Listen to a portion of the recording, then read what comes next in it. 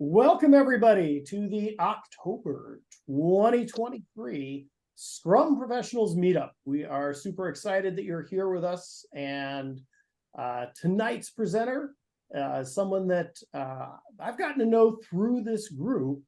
And it's been really amazing kind of following Oren's journey from being an aspiring Scrum Master to being a Scrum Master and having held that role at several companies now, and kind of got to follow along on his various job searches and successes. So that's been super fun to watch. So Oren started his career in customer support and kind of moved himself into project management, and then showed up at our meetup back when we used to hold it at the Round Table Pizza, and apparently decided that being a Scrum Master might be a good direction. And so these days, he's really engaged with community, hangs out with us a lot at our office hours. And he also runs an online community with over 1,500 members, kind of amazing. And he also wants everyone to know that he has a worm farm. Apparently, his sister gave him this after she accidentally won it in a raffle. She's trying to get a Tesla, apparently, and ended up with a worm farm. It's a true story. Yeah. So, without further, and I was privileged enough to see an early version of this presentation a while back. I don't know what he was doing with the presentation, but he was like, hey, can I get some feedback on this? And I was like, wow, this is really good. And there was some stuff about the way Oren related the Agile values to Scrum that I was like, I've never seen anybody put it quite that way. That's really amazing. So now that the bar's up here, Oren, no pressure. I want you to just be really relaxed, picture everybody in their underwear, and take it away. Thank you. Thank you so much, Chris. I appreciate all of that. So let's jump in and get started. Before we get started, here's our first mixer question. Put in the chat if you have a car that you recommend me buying. I am in the market for a new vehicle, preferably an EV. Have a slight issue with my car. Someone stole and crashed into a tree. That's my issue. But wow. Yeah, it happens. It's okay. We're good. Anyway, so I am in the market, but yeah, I'm looking for a nice EV. But anyway, all right. So welcome everyone. Welcome to the world of Scrum. I think that real quick before we start, if you have any questions, you can write them in the chat. And if you think they're like really good questions, we got a huge Q&A session happening afterwards. So again, feel free to either hold on to them, write in the chat. I do have breaks in for questions. And hopefully someone will read them out because I'm in full screen mode, or I can look at the chat. And yeah, we're gonna get started. So I think that a lot of people are here because they're really curious what this concept is. If you are out there job hunting, and I know a lot of people are because of how the economy is, you've probably seen the word Scrum and Agile appear a lot. And you probably thought to yourself, I have no idea what these terms mean. I have no idea what people are looking for. I have no idea what this is. Is this a new cool buzzword? And the answer is, yeah, I'm kidding. The answer, well, a lot of people use it as a buzzword, but it does have very real meaning behind it. And so we're going to talk about what Agile is, what Scrum is, and how they relate to each other. And so we're going to just jump right into it from the start. So if you are a certified, one more thing before we get started. If I am talking too quickly, as I'm known to do, I'm trying to slow it down. But if I am, pretty please write in the chat. I'm happy to slow it down for you all. So in the beginning, there was the predictive model. If you are all certified PMPs, you probably know what predictive is. You probably know what traditional means. It's this idea that essentially you sit down, or your team sits down, and you plan the whole project down to the very nitty-gritty components of it. And then you build out the whole project down to like the little nitty-gritty components of it. And then you QA it, and then you deliver it. And you hand it over to the customer and you go, done. Thank you very much. I'll take my check. Sometimes, depending on how big your team is and how big the project is, there's a lot of handoff that's gone here. So one team does the planning, they hand all the papers to another team that builds it, then they build the whole thing out, dump it on QA's table. QA is like, what am I looking at? And then they and then you deliver it after it gets QA'd. This is like very natural to human beings. I think this is just sort of the innate way that we all want to build projects, and I'll explain why in a moment. So for this reason. So how many times does this happen to you? You just discovered like a brand new idea in your head. You're at, right, you just thought of a new cool idea, and you decide, I'm gonna go all in on this, and I'm going to start developing it. And so as you develop it, there'll be time for a question in a minute. As you develop it, what you do is you don't show anyone it, right? Because it's not ready yet. It's kind of hard to explain your vision. You don't really care about their feedback. Like they wouldn't get it just like listening to you. They got to see it, right? Duh. So they wouldn't really get it. And it kills like the grand reveal when you drop it and you show everyone, when you blow everyone's mind with this cool idea. So you hide it away until it is ready. And then you go to market and it straight up bombs because it's buggy, it's boring, it's confusing to use, or Amazon already does it, or maybe there just really wasn't a market for it. Maybe you just misjudged it and you wasted a ton of time and money on a product that no one actually asked for. So what went wrong? Why does this happen? And I'll explain right after my intro. So hi, I'm Oren. I am a project manager and a Scrum master. I'm an aspiring Scrum trainer. And I use Scrum to, I use it to get organized when I'm at work, even if I'm not doing on a Scrum team. It's a great way to organize yourself, organize your own personal responsibilities. I plan to use it as like to help me raise my kids. And you can even use it to create and lead workshops, believe it or not. And you're probably wondering, why? Is this guy a weirdo? Does this guy drink the Kool-Aid? Is this a paid testimonial? Am I one of those people who's on LinkedIn who's like, wow, perpetually inspired by his 9 to 5?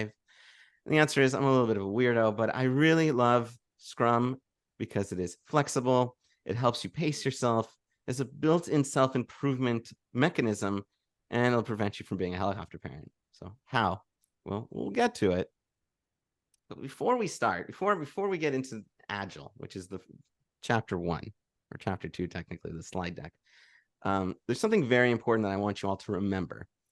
When you're learning the PMP, for instance, or you're doing a lot of tests in school, there's a lot of like regurgitation. There's a lot of memorization and regurgitation, especially on the PMP, inputs, outputs, processes and tools. It's super methodical. It's super mechanical. There's always a right answer to a specific problem.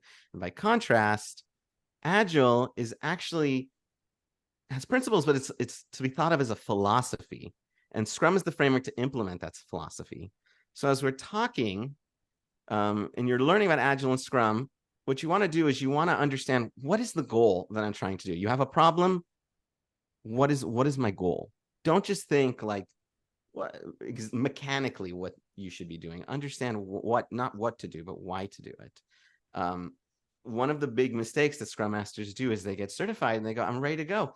And that's not necessarily true, because just because you understand the mechanics of it doesn't mean you necessarily know how to do it. And that comes with coming to Agile Learning Lab's office hours. But in any case, let's take a quick question break.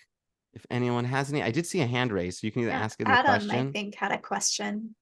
I'm sorry, it wasn't a question. I was just, you were asking the audience, kind of polling, awesome. has that happened to you? And I was just like, yes. Same.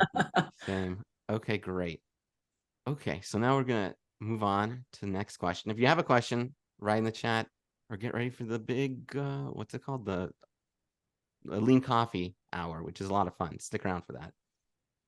So now we're on section 2. All right, so this is where it really gets started. We're in Agile. So as I said earlier, Agile is a baseline philosophy that implements Scrum. And it is important to understand what Agile is to figure out how and why we get to Scrum. And I know what you're thinking. All right, well, here comes like the big, like 75 slides and like 2.5-hour lecture on what Agile is. Believe it or not, Agile is extremely simple. How simple? I can actually fit it on half of a slide pretty comfortably if you look. So what does the slide say? It's basically on the left, to say the least, it's some background information. Agile Manifesto back in 2001, some very smart people created the Agile Manifesto, which is right here on your right. We are uncovering better ways of developing software. The asterisk is mine. By doing it and helping others do it Through this, we have come to value individuals and interactions over processes and tools, working software, my asterisk, over comprehensive documentation, customer collaboration over contract negotiation, responding to change over following a plan. That is, while there is value on the items on the right, we value the items on the left more. I wanted to put an asterisk because when it was written, and it still is written this way, they talk about software. But as I mentioned, people are using it for all sorts of creative things. There's workshops. I've seen it be done for the creation of like hardware. I've seen it in my own place to be done with hardware. Research and a lot of other things can be done with this. So let's jump into, so they created this document. And after they published this document, a lot of people went, that's really cool. What does that mean? Like, okay, right. It's easy to say, but what does that actually mean? What does that look like in practice? So they went back and they created 12 principles that you see here. Now, obviously, you're not going to memorize them. Don't start. We're not going to get into that. We're going to go through these principles real quick, and we're going to explain what they are so you can understand the Agile mindset, which is what is the most important thing for it. So we're going to start. So we're going to start at the very top with individuals and interactions over processes and tools. This is a principle that helps you guide your team. So when you're thinking, what are my process improvements or what are my issues in my team? Your goal isn't to look, to look at like what the exact process is and what the exact tool that's being used to solve problems. The real question is, it's an individual focused thing. You have your individuals. How are they interacting with each other and the people around them? Don't focus as much on like the literal process used to develop something, though that can be important. There is value on the items on the right. How do you do these individuals and their interactions? Business. So then there's 6 principles that I've tied, or what I believe, this is my doing, but I believe these 6 principles represent or fall under this main principle. Business people and developers must work together daily throughout the project. So this means that there isn't that handoff that we talked about earlier, where one team plans it and the other one develops it. They're working together daily.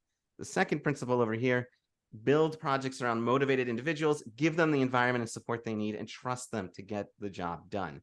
So again, you've got these motivated individuals, and they will interact with one another, and they will get the job done. You don't need to be a helicopter boss. This might be controversial in the post-COVID world, but the main and most efficient and effective way of conveying information to and within a development team is face-to-face conversation, which basically means minimize your emails, minimize your Slack, get people interacting. The more your individuals are acting, the better. And then Agile processes promote sustainable development. The sponsors, developers, and users should be able to maintain a constant pace indefinitely. I was listening once to a video about like reasons that Agile sucks. And the guy said, I swear, he said, Agile, like everything is an emergency and you're just trying to put out fires because everybody's rushing to get things done within the time box. And I was listening to this and I went like, man, you could at least give like good criticisms, because that's literally in the manifesto says you should not do that verbatim. You have sustainable development, which means that although there's a time box, you're supposed to get things done before the time box, you're not rushing to the time box. And we'll talk more about that in a little bit. The best architectures, requirements, and designs emerge from self-organizing teams, similar to the principle above it. Let people self-organize, let people interact. You'll get more things done that way. And at regular intervals, the team reflects on how to become more effective and then tunes and adjusts their behavior accordingly. So again, all these principles are just essentially saying these are how individuals come together. This is how they interact. This is how they speak to each other. That's the most important thing. Agile is getting people working together. Then we have the next principle, which is working software over comprehensive documentation. This is a principle that guides your planning. So in the previous example, we talked about planning everything up front and then QAing everything after you plan things. You're planning just the immediate future in detail, and you're planning what your team will work on, and then you'll sort of develop it as you go along. This slide has 2 of my favorite principles. The first one is simplicity. The art of maximizing the amount of work not done is essential.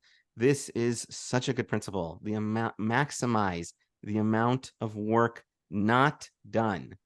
Most people want to think like, I need to do as much work as humanly possible. And that's exactly the opposite of what your thought process is. You have to ask yourself, what should we be developing? What are people going to use? If it just seems to be not that important, toss it. You're maximizing the amount of things that you're not doing. Continuous attention to technical excellence and good design enhances agility. This basically means, there's an old saying in construction, do it nice or do it twice, which is to say like, oh yeah, I need to do my roofing and my cousin watched a YouTube video and so he's just going to do the roofing for me and I'm not going to hire the professional. And then you have to do it twice because like, right, you're just, it's technical. There's also technical debt for those of you who are in software. Similar thing. Good quality work. Do it nice, not twice. And this, I think this one is my favorite because I come up against it so much. Working software is the primary measure of progress. I volunteer at nonprofits. I am at work. I am at life. And there's so many people out there who go, oh, we need to fundraise. Oh, we need to do surveys. Oh, we need to have a conversation about this. Oh, we need to do this and that. Your primary measure of progress is your output, basically. You don't get points for survey. You don't get points for these things, for these random things. Please mute. Your primary measure of progress is the actual product that you're producing. Super important. Then the third principle, customer collaboration over contract negotiation. This is what guides your relationship to the customer. So a lot of the times in traditional, you do the project and then you just dump it on the guy at the customer at the very end. And Agile says that's not what you're supposed to do. We take our working software and we continue to interact with our customers all throughout the project. We don't just do it at the very end and dump it on their lap. And we ask every couple weeks, do you like this? And you can see it in the two principles. Our highest priority is to satisfy the customer through early and continuous delivery of valuable software. Right? Just we're gonna early and continuous. So we're gonna constantly deliver things, components to them, so the stakeholder can look and enjoy and give feedback. And then this principle: deliver working software frequently to your customer from a couple weeks to a couple months, with a preference to the shorter time scale. People really like 2 weeks sprints, and Chris, who's kind of my mentor, I think he was telling me that he's like really starting to like 1 week sprints to really get it shorter. One of the things you can do if people are having trouble delivering, you can do 1 day sprints, and then finally you can build up from there. But we'll talk about that in a bit, actually. Don't worry about that right now. And then the final principle, responding to change over following a plan. So this is how when we talk about a plan, we're not just talking about our plan for the product, we're having a plan for our team. So there's the product that we've made. Is this going to be what the market wants? And then we have the other question, which is, I should turn on my lights. The other question is we have how we do our product, how we do our actual development. Like, do we need to adjust that in some way? So we welcome changing requirements even late in development. Agile processes harness change for the customer's competitive advantage. So I know I threw a lot of information at you. We went through it. Hopefully you picked up some components of it. Again, as I mentioned, you're not gonna get all this to stick on the same day, I promise. Hopefully this is just gonna be hopefully get you started in this. But there's 2 things that I'm hoping that you're going to notice. The first thing is most of our principles are built around our interactions and individuals, and each principle is kind of builds on one another. So if you look, right, most principles are around your individuals' interactions, and then it's right. You have your individuals' interactions who create the software, which gets reviewed by the customer, who gives feedback, and we respond to that change. But then there's another question: how do we get our individuals, as in team members, how do we get our individuals who can build projects when given this environment and support they need and trust them to get the job done? Like, you've got a team. They're like, I don't know what Agile is. I don't know what Scrum is. I watched this presentation by Oren, and he's a cool guy. And I'm like lost because it took like how am I supposed to memorize this in one PowerPoint presentation? And you're going to tell them that the secret is in this little preamble that comes before the principles. Everyone kind of ignores this section. Arguably, it's one of the most important sections of the whole document, which is we are uncovering better ways of developing software by doing it and helping others do it.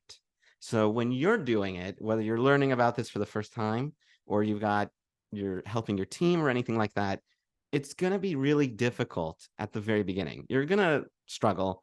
It's going to be confusing. It's going to be super awkward. Chris has a really great article about adopting Agile, and then it goes straight to heck. And then you eventually like build out of it, which he'll hopefully link in the chat. That's how it just happens. Like it starts off really rough, but when you're doing it and you're helping others do it, you will learn, you will grow, and you will do these more efficiently. But there's still some questions, right? All that sounds nice, but it's philosophy, which is basically poetry, right? Like, okay, so what are my individuals supposed to do? What is the definition of working software? How and when do we involve our customers for collaboration? And how and when do we respond to change? What is all this actually like? How does it work? How does it shake out in my office? We'll get to that in chapter 3. Any questions? It's a lot of links, which is cool. LinkedIn, I love it. Okay. Again, you have the question, put in the chat or save it because we're going to have a big Q&A session at the end. All right, so now we've moved out of Agile. Like I said, that's philosophy. Now we're in Scrum, which is like the methodology. This is where we're talking like real business. So now that you know what we're trying to accomplish, we can now talk about the framework to make that happen, which is Scrum. So these are Agile principles, right? We went over it. And our framework, which is over here on the right, has 3 pillars, which is that everything that you're doing should, amongst these 4 things, also be these 3 things. Number 1, everything should be transparent. The process and the state of the product must be visible to all. If there's people who are not, everything should be view only, everyone should be able to view things, right? Not necessarily edit, but to view. And if it's not, you should maybe consider changing that. The second pillar is inspection. So every once in a while you're stopping and you're looking at your process or you're looking at your product and you're saying, okay, what is this? Is this good? And then if the answer is could be better, you're going to adapt it. You're going to adapt it to you're going to say the product is not meeting the market, or you're going to say it's not serving our goals, and you're going to adapt your product or your process to what the team and the company needs. So welcome. We're going to talk about Scrum now. All of that is in that first 20 minutes is just us talking about how we get to Scrum. Here we are. We're at Scrum. There are 5 events, and we're going to go through all of it, of course. There's the sprint planning, daily Scrum, sprint review, and sprint retrospective. This is according to the Scrum guide. For the record, I personally, and a lot of people agree with me, the sprint isn't really an event. It's more of a mindset. But so if it's easier, I recommend, the 4 events, even though it says it's 5. Then there are 3, it used to be called roles. It's now called accountabilities: Scrum Master, Product Owner, and your developers, which we'll talk about. And there are 3 artifacts, or you could say tools. There's the product backlog and the sprint backlog and the increment. We'll talk about what an increment is in a bit. Again, my edits to this, I would recommend if you're new, not thinking of the sprint as an event and not thinking of the increment as an artifact. Technically is, according to the Scrum guide. I respectfully don't agree with it. Okay, this is my text heaviest slide, so bear with me. I apologize. I'm going to start with our 3 accountabilities, which are right here. There's the product owner. So your product owner's job is to understand. So here we are. We're on our team. Let's get started. So the first question, as we've developed, and we're all going to develop some really cool piece of software, the first question that should be asked is, what are we developing, right? And the answer is the product owner's discretion, basically. This person is responsible for understanding what the market is, what the stakeholders want, they can't spend time developing and physically building the product. Generally, they're running around and conducting market research, schmoozing with stakeholders, and the sort. We have our developers, who are the people who are literally building everything. They are, again, if we're doing software, they are coding, QAing, et cetera, Do you remember how earlier we talked about how one team is planning, one team is hands it off to the team that's building, hands it off to the team that's QAing? The developers represent all of that. There is at least an ambassador or a representative of each team in the team. So you've got one member of the team is QA, one member is coding, one person's doing front end, one person's doing back end, et cetera. And then the Scrum Master. The Scrum Master's role is to make sure the team is not just doing Scrum, but doing it effectively. So Scrum Master, they're just kind of hanging out. They're doing work, but no one thinks that they are. It's the stereotype we kind of have. Your job is to watch the team. You're kind of just sitting back and you're seeing how people are interacting, and you're going to be you're going to be noticing process improvements. So people are going, sometimes it's very apparent where people are going, where people are saying like, this is blocking me. And you're like, oh, I'm happy to unblock you and see what I can do. And sometimes it's less apparent where a team member is like, hey, maybe we should develop like this. And then another member goes, no. And you sit back and you think like, what's going on there? Who's mad at whom, right? And you want to kind of make that your business.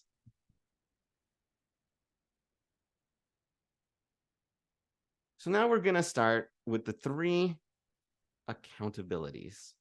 Does anyone know why I colored these 3 orange? Write in the chat or shout it out. That wasn't an accident.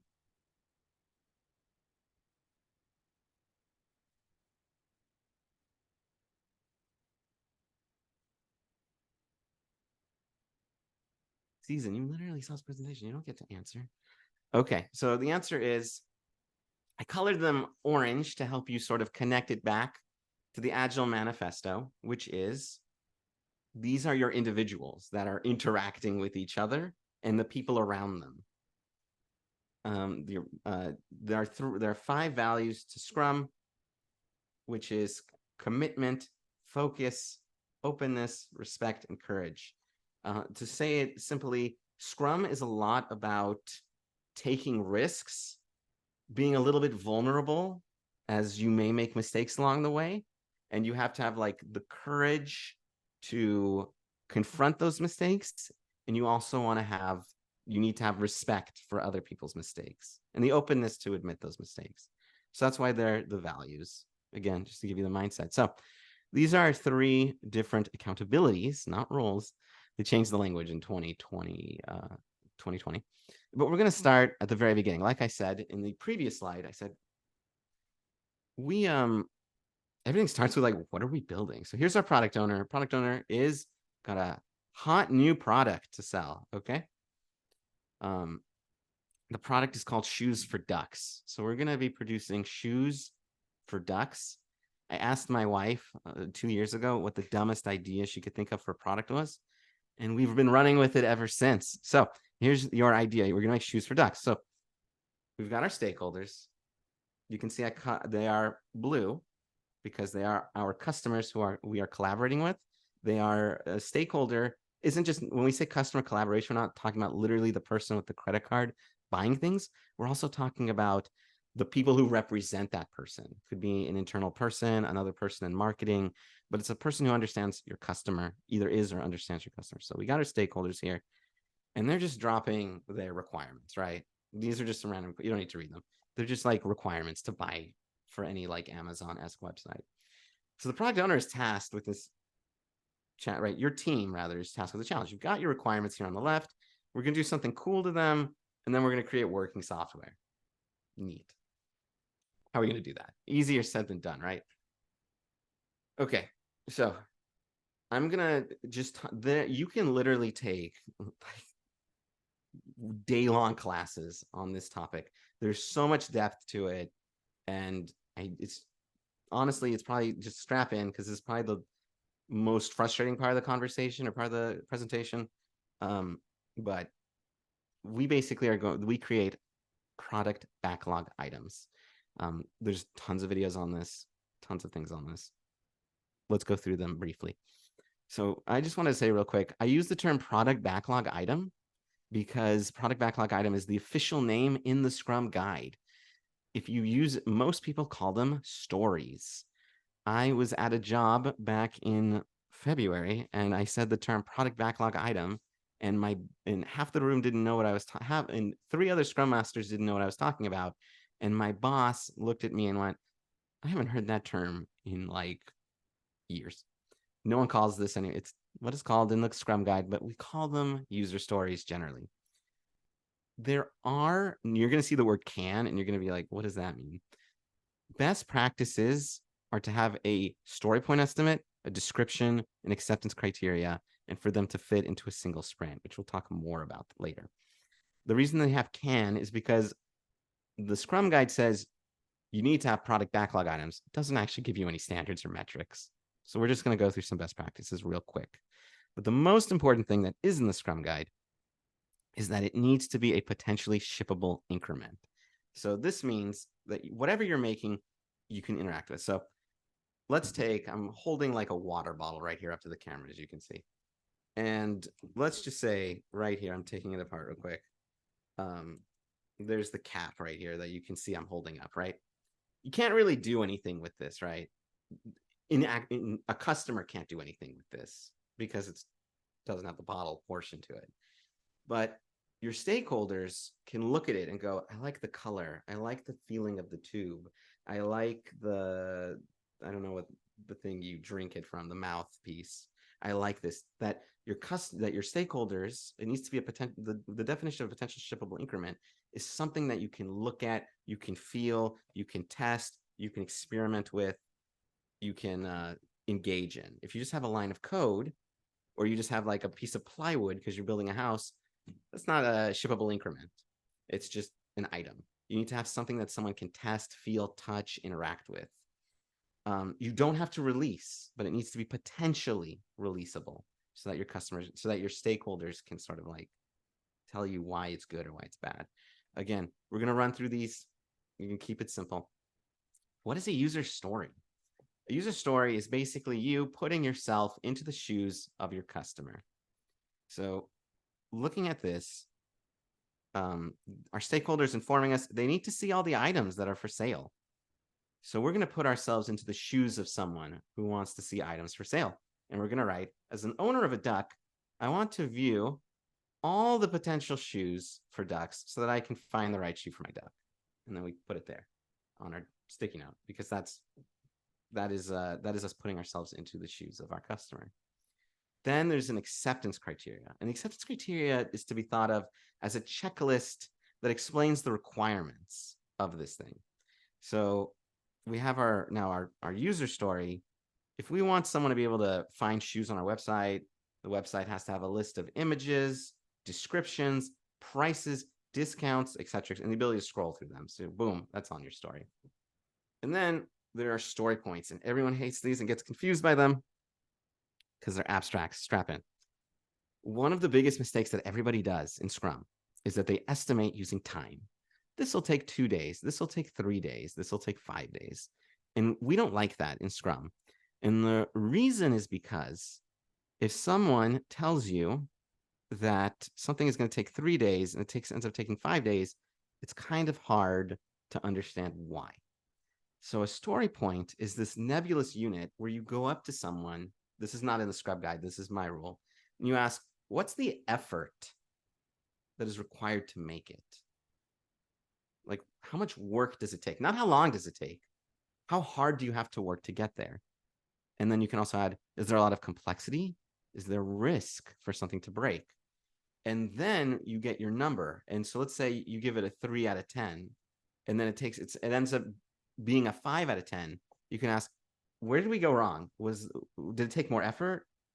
Were the risk factors not taken into account? Were the complexity factors not taken into account? And then you can actually break this topic down, and then you can have that discussion and see where the process improvements are. Or if you can't find a process improvement, at least next time you have to build something like that, you'll have a more accurate estimation of how much effort it takes.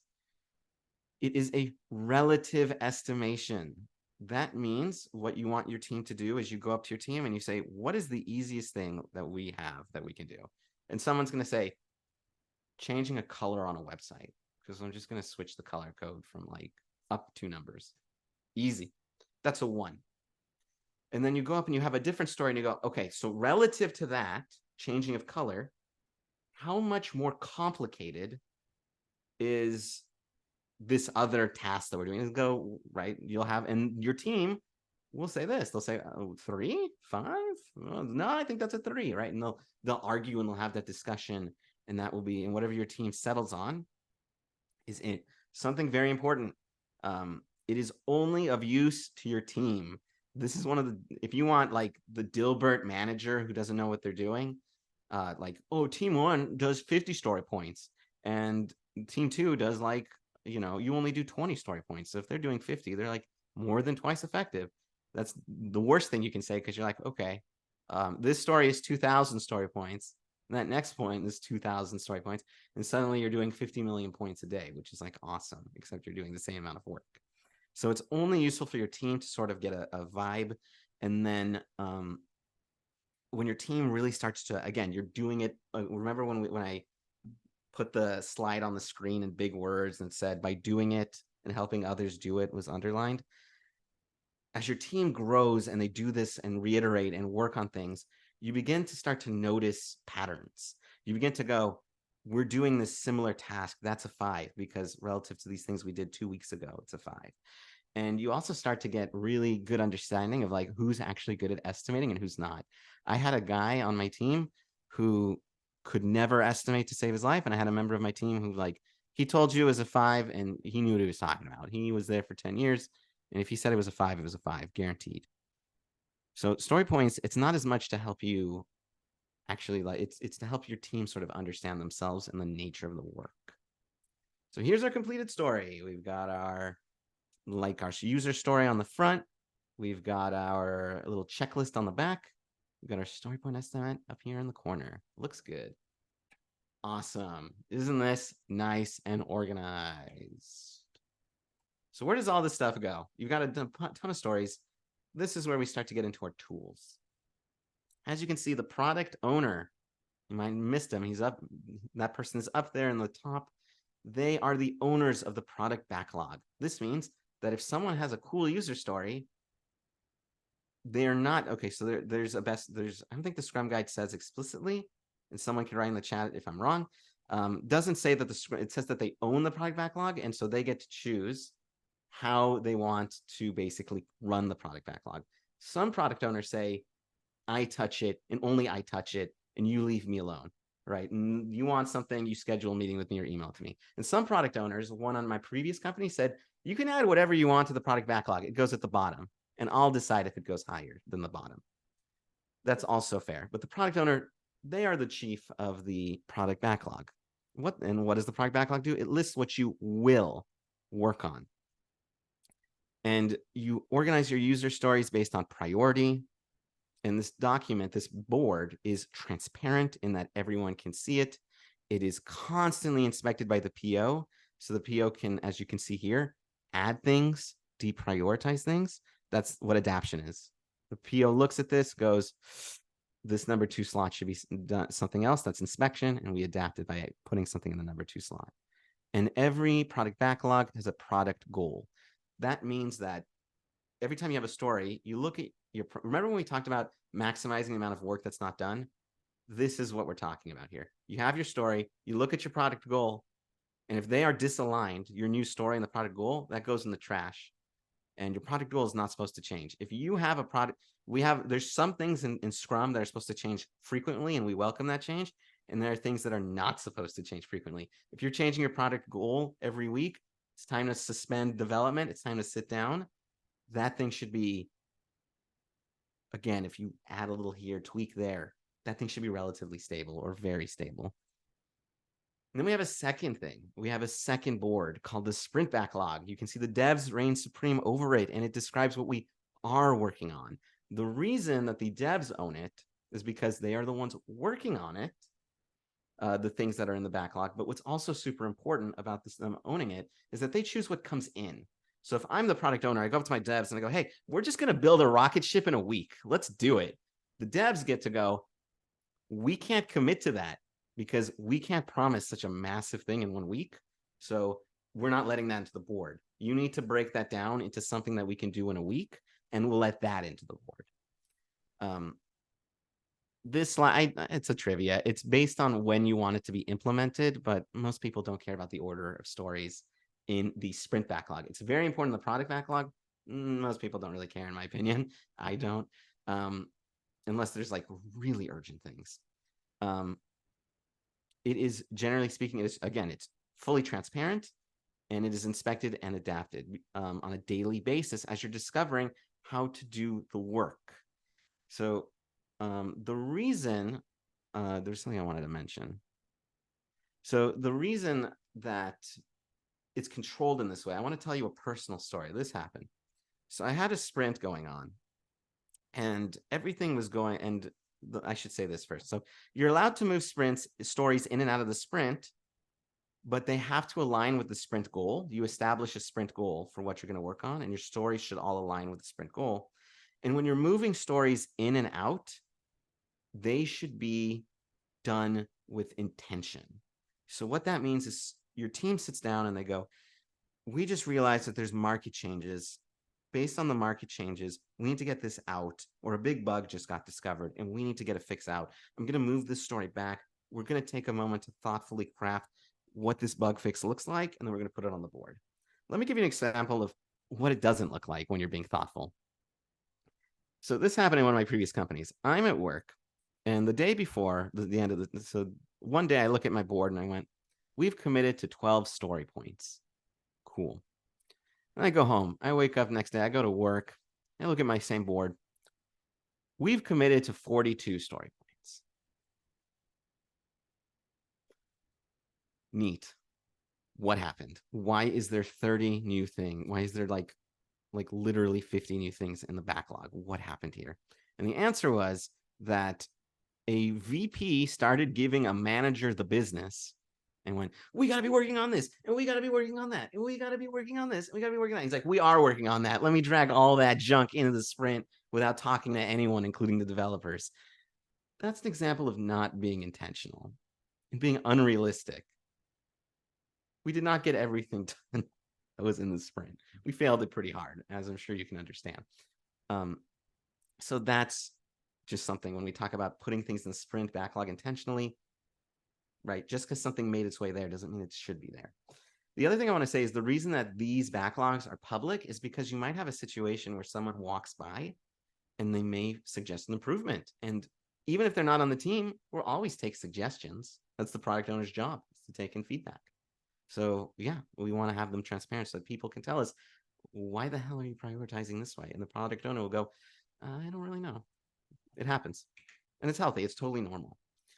The sprint burn down chart is something that is commonly used when it comes to tracking how many stories you have. So on the left, it's the amount of stories that are the amount of points that remain in your sprint. And then on the bottom is the time remaining in your sprint. So this is what it looks ideally. Your team on Monday does a little bit of work, burns some stuff, things, right? Team does a little bit more work and a little bit more and a little bit more. And as they do work, there's less work that needs to be done. You can see my thing going down, and eventually we're done. There's a joke for this in the top left. We call this the liar's burn down chart because it never is this neat. It looks more like what's on the right, what is on the other ones. So look at this. So from what I can tell, no one did anything, and then right, and then a bunch of stuff got done. And as the Scrum Master, your job is to go, every burn down chart has a story. So you're looking at this and going, what, why did we just finish all that? Was it one big package that got finished at the end of the day? Did we just like realize it was the end of the sprint and just hit done on a bunch of things that were done because we don't update the backlog as we go along as we should, right? Then you have this, right? Like, we didn't do anything. Then someone added something to the sprint. Then we didn't do anything. Then we completed a whole lot of stuff. Then we, didn't do anything. And then we started being good. Okay. There's a lot of stories here. Like, Why did we do nothing? Why did we do nothing? What was this that was so huge that got completed? What got added? There's a lot of questions that you as a Scrum Master are to probe. And if things don't feel healthy, if someone comes up to you and says, I added this here because someone was yelling at me, that's you going, hold up there. That's not why we add things. We don't add things because I'm being yelled at. We add things because of better reasons. And then you have like burnout charts that look like this. And you're like, well, what am I going to do with this? Right? A million questions there. Oof. We're getting there. What do you guys have any questions on? I'm looking through the chat. Doesn't look like shoesforducks.com. Did you actually? I don't know what that link is. Okay, I can't. Chris might have bought it. Okay. Again, if you have questions in the chat, or raise your hand. So now we know like the background. This is the final chapter, the final section. We're now going to be doing it. Okay, we're all set up. Backlogs are all set up. Everybody knows what they're doing. What are we doing? Here we go. So stakeholders, feeding product owner, sticking things to the backlog, devs waiting for their instructions, Scrum Master observing. The engine of every Scrum team is the sprint. Like I said, it's not like an event, it's a mind frame. It's a frame of mind. The sprint is time boxed to a session, is a time box session which work is being done. Generally 1 or 2 weeks. Some people do a month, some people do 2 months. I don't recommend beyond 2 weeks, to be honest. Only work that is in the sprint backlog is allowed to be done. If someone asks you to work on something that is not in the sprint backlog, you shouldn't do it. And if you're working on something, then it should be in the sprint backlog, right? And things should only align. You should only be doing it to align working on things that align with your sprint goal. You want to produce something that aligns to a specific goal that feeds into the product goal. The sprint's time box cannot be altered once it's put into motion. So if you're 2 weeks in, right at the very end, someone comes up to you and says, just give me 3 hours and I'll finish it. And then we can say we did everything. You have to, if you want to be a good Scrum Master, you have to say, no, it ended. We have to have a discussion why it went 3 hours early. Failure, a lot of people, I don't have a good word for this, but failure to finish everything in the sprint is not a negative. It's just a learning opportunity. That's very important to know. A sprint starts with a planning meeting, which we'll get to, and ends with a retrospective, which we'll get to. There are no breaks between sprints. One ends and then another one. They just keep going one after another till the end of the project. Remember when I spoke about indefinite sustainable pace? If your sprints are breakneck speed, people are going to quit and people are going to burn out. If your sprint is breakneck speed, and we'll talk even more about this later, you're not doing it right. Again, I said this a few times, it's a frame of mind.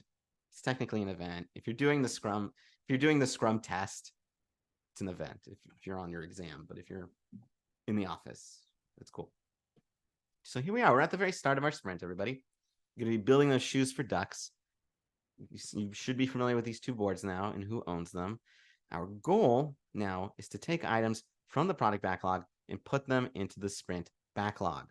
Developers negotiate with the PO on what's added to the backlog. Sometimes the reason there's arrows going both ways is sometimes if you didn't finish everything in your sprint from the last sprint, which absolutely happens, your job is then to take the item from the sprint backlog and move it back into the product backlog, unless you want to work on it again. But yeah, you're supposed to be moving things back and forth.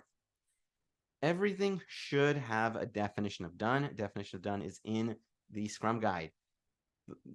Definition of done is essentially a quality standard. So the QA has to approve of work. That's a quality standard. Just whatever checklist of things that all stories need to be done in order to do. So like no technical debt. A second developer has to proofread it.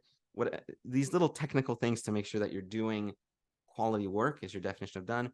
People use, it's a best practice, it's not mandatory, a definition of ready. The definition of ready, how many people have had this situation where someone goes, your job is to work on this. And then you work, and then you get started, and then you realize like you're missing your axes. The person who's you're supposed to talk to is on vacation. Like you don't have the tool that's necessary because it's in use. And you're like, I can't work on this. Like literally, I don't have anything. This is where the definition of ready comes in. It's a quality standard that all stories need to be met in order to be worked on. So you look at a story and you go, do I have access to this tool? And if the answer is no, that stays in this product backlog. It doesn't get moved to the sprint backlog because you can't work on it. Another example, a story must have no external dependencies, right? Because you can't work on it. So what's going on right now is we move some stories into our sprint backlog. And one of the things you can do during your sprint that is very recommended, the Scrum Guide, it's generally a meeting.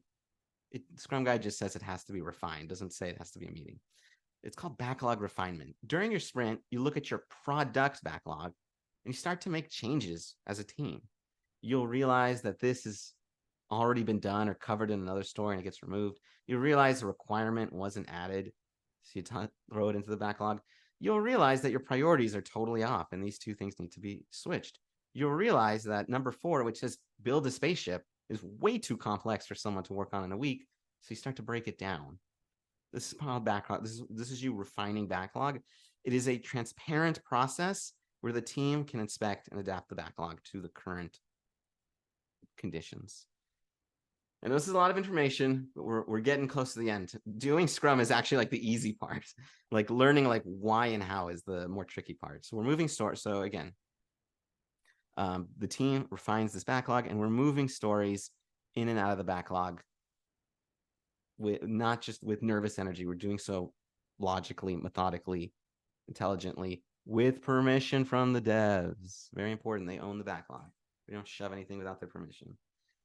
So now we have something called the daily scrum. The daily scrum is to happen daily, and it's your opportunity to inspect and adapt the sprint. So your team comes together, and for 15 minutes, your team is going to answer one goal, which is one question. You're going to sync on what it means or what it takes to move the team closer to the sprint goal. We have our goal here. All these stories align with it. Where are we? What are we doing? How are we going to get there? If there are any blockers that come up during this conversation, then the Scrum Master is tasked with helping unblock them. And this keeps everything transparent. So I'm going to tell you 2 things that are important about this slide. The first thing is, it is a sync. People have been telling me this for years. It took me a decade to learn this. The daily Scrum is a sync, not a status meeting. And last time I went, when I heard that the first like 100 times, I went, that's cool branding. Those are the same thing. A sync is a status meeting, and a status meeting is a sync. Wrong. The difference is a status meeting is people talking to each other, and a sync is people getting into each other's business. A status meeting is me going up to Chris and saying, I'm going to be working on this. And Chris goes, I'm going to be working on that. And I'm going to go, cool. That's great. Thanks a lot. And a sync is when I go, I'm going to hand this off to Chris on this day in this manner. And he's going to go, I'm kind of busy on that day, or I need it like this. And the idea of a sync is that you are encouraging and enabling people to get into one another's business. Remember, individuals and interactions. We want them interacting. They're not just working shoulder to shoulder next to each other. They are interacting. They are syncing together. They are working together. You can do mob programming where one person programs and everybody else watches. That's like the ultimate sync activity. One person programs, everyone else watches and gives feedback, and you have a conversation on how it's going because people are getting involved in each other's business. Google mob programming. I'm pretty sure Chris has an article. If he doesn't, he will. The other thing that I think it's really important I'm just going to mention this because I want to mention this. This daily Scrum is supposed to be transparent for everyone. Everyone is allowed to come visit, but Scrum Masters have been disagreeing as of late, and they've said actually maybe the daily Scrum should only be for the team. And the reason is because they don't want a situation where the daily Scrum gets performative. And what I mean by that is, here's what a daily Scrum sounds like when only your team is there. Yeah, I'm having some issues. It's really tricky. I'm just struggling. I'm drowning over here. I need help. Somebody help me. Can someone help, please? Here's what it looks like when that person's boss is in the same room. Things are going all right. No one's going to admit to it. So technically, it's supposed to be the whole team can gather. As Scrum Master, if you notice the rule that I have, if someone who is able to fire another person is lurking in your daily Scrum, best to ask them to leave. That's kind of the big one. If they're like a boss, if they can fire, good idea. That's why, by the way, the Scrum Master is not a manager. It's not Scrum Manager. It's Scrum Master, because they don't have the ability to fire. I'm a Scrum Master. I can't fire anybody. Like, I can be fired. But that's the logic. So we've done some work. We've created our potentially shippable increment after we've done our daily Scrum. What now? We're gonna do our sprint review. The sprint review is where you take your potentially shippable increments. So we've made our cap, as we talked about caps. We've created our cap, and I want my stakeholder to look at it. I want them to play with it, to put it in a different bottle, to do whatever they want, whatever they think they need to test it. Anyone, this is the one meeting that I can say with confidence, anyone and everyone should attend. The more feedback, the better. Yes. No PowerPoint. Okay. Just show them the product. Say, this is what we're doing. This is what we looked. This is what we made. There you go. What do you think? Upon inspecting the work, they'll tell you a range of different things. They'll say, this is perfect. They'll say, this is not what I had in mind at all. They'll say, this actually is incomplete. We need something else to make this work. They can say, Amazon did this better and we should copy them. Whatever they say, that feedback is adapted into future iterations of the product. So if you did it perfectly, make note of that. Pat yourselves on the back for that. But whatever you do, your feedback is put into the backlog. And again, the colors, I didn't point out all the colors, but right, the purple represents us responding to change. When we're refining, we're moving, we're doing our Scrum, we're constantly responding to change. And this is our working product. And then finally, this final meeting of I said it begins with the planning meeting. It ends with the retro. Here's the retro. The retro is a meeting where the Scrum team gathers and discusses what went right and what went wrong with the completed sprint. Praise the good, acknowledge the improvables. Only the team should be there. Just like the daily Scrum, the sprint retrospective is where you acknowledge the improvables, and no one is going to acknowledge that if someone else that's not on the team is there. Cut them. Okay. If I had that situation, my boss was in the first retrospective I held at a previous company, and I gave him a nice message and I said, hey, I don't know what it was before I was here, but I know what it is now, and you're not, and he understood, he respected it. This is the only thing that's not fully transparent. Again, maybe the daily Scrum should also not be fully transparent, but this one absolutely should not be transparent. If a process improvement is revealed, whether it be a way to make your product better, a way to research the product better, a way to do something better, that you should consider adapting it into your next sprint. And that can be called a Kaizen, but that's a different topic. Don't let it become a blame game. Remember, you lose as a team, you win as a team. Part of the syncing process is that. Part of when you sync together is you're all one unit, you're all one thing. If we didn't do so, that's an issue. If a story wasn't added, if there was something that went wrong, this is a time to discuss something. I want to take a moment. I should have mentioned this in planning like 20 slides back, but I'm going to mention it real quick. When you're planning things, let's say hypothetically you plan something and you successfully got every single thing done that was in the sprint, but it came at the very last, like literally you are watching like your Jira board and you're like looking over at your developer on the last story. In the last 7 seconds of the sprint, he changes it from in progress to done. It's a buzzer beater. You can hear like the NBA horn going off and everybody's celebrating. It's cool. That is technically a complete sprint, but I dare say that would be a bad sprint, because when you're planning things, you want to make sure that you're not planning to like literally down to you're just planning to make sure that you can complete everything in the sprint. Not that you necessarily have to do, if it's a buzzer beater, that's a little bit scary because you might have almost failed. So you want to make sure that you're having these conversations of, are you guys just kind of like down to the wire? If that was, what can we do to like not make sure that it isn't a buzzer beater, et cetera, et cetera. I'm sorry, I didn't want to go back, but I forgot, and I always love to tell that story. And this is it. I know, right? We're done. What you're looking at right here is Scrum. If you understand the what and the why of everything on this slide, congratulations. Here's your certified Scrum Master certificate. I can't do that. Only Chris can do that. But this is you're ready to go. You're one more time at the very top. We'll wrap it up. Your stakeholders feed information to your product owner. They put it on the backlog. The team refines it as much as they need, whenever they'd like. You move stories to the sprint backlog. You apply the daily Scrum to make sure what you're working on is good, that you guys are syncing up, etc. You make your shippable increment. Your stakeholder, that means like whatever you made in 2 weeks, your stakeholder reviews. They tell you it sucks. It goes in the backlog.